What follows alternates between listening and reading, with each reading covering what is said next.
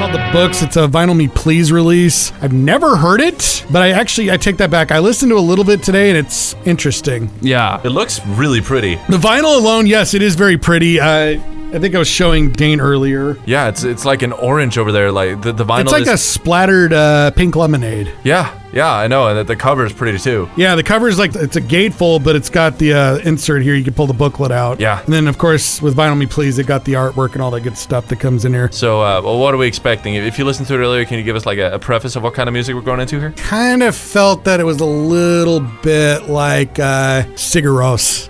Okay.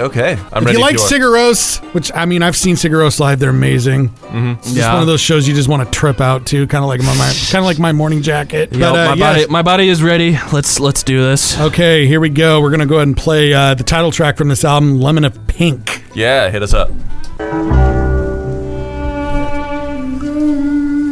The lemon of pink,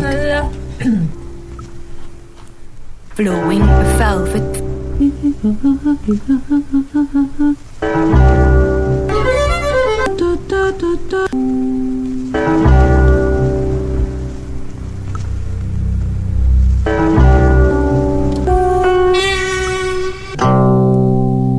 All right. Okay, that was The Lemon of Pink by The Books. All right. If you didn't catch the end of that song, that's what the song's called. So, Smash or trash. Roundtable reviews. Take it in Yeah, turn. here we go. Cool. Who's starting? Medusa, take it away. What you think? I don't think you guys have read the play No Exit, but yes, I have. Oh, okay, my bad. So it's essentially Forgetting I used to be a theater major in community college. about going to hell.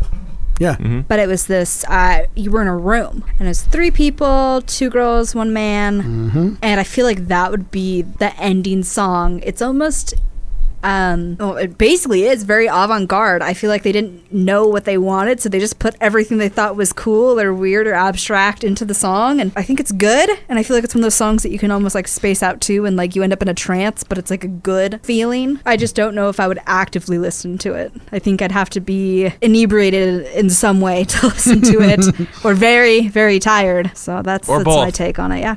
So we're looking at, like, instead of smash or trash, we're going right down the middle like a Buddhist. Choosing the middle path. Oh, I really like it. I think it's a selective. So I say smash, but with ben. But there's some qualifications. Yes. Well, it's like listening to sad music. No one actively wants to listen to sad music unless you're a fan of like Bon Iver.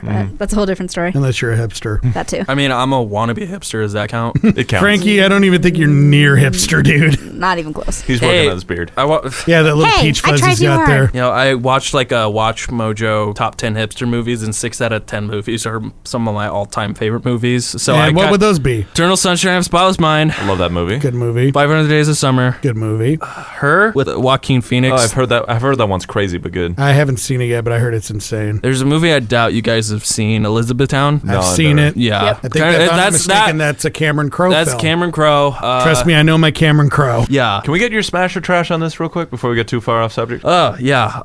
That kind of scared me a little bit. Not gonna lie. Kind of feared for my life. And When doesn't scare you? Valid point. But I'm gonna have to say trash. Okay. Yeah. Okay. I'm gonna have to toss it into the trash pile. Okay. I'm gonna say, like, I tend to describe music really weird. I tend to describe it in terms of taste, but this specific thing, like, reminded me of Pink Lemonade. I was listening to it and I imagined drinking pink lemonade on the porch of a house out by the beach. You know, you hear the sounds of footsteps in the gravel, a little bit of twangly guitar in there. It reminded me of summer vacation somewhere brisk by the ocean, and that was a sort of mental state I was in listening to it. It was really relaxing. So I gotta say, as far as sound editing and gathering of clips goes, that's a solid A+ on their part. So I'm gonna say, as far as mood soundtrack goes, definitely a smash. But as far as actual, like, listening music, like, I'm not gonna dance to this. Nobody's gonna dance to this. Nobody's I'm gonna not gonna dance to it. I'm not gonna groove to it. I'm not gonna try to get in a rhythm to it. This is pure relaxation music. So I feel what you're putting out there, Medusa. It's a vibing thing. I also think that when you said nobody's gonna dance to it, I can't imagine like what the Amish women would do it, like the communes or whatever. I think they would dance to it. It has a beat, kinda, sorta.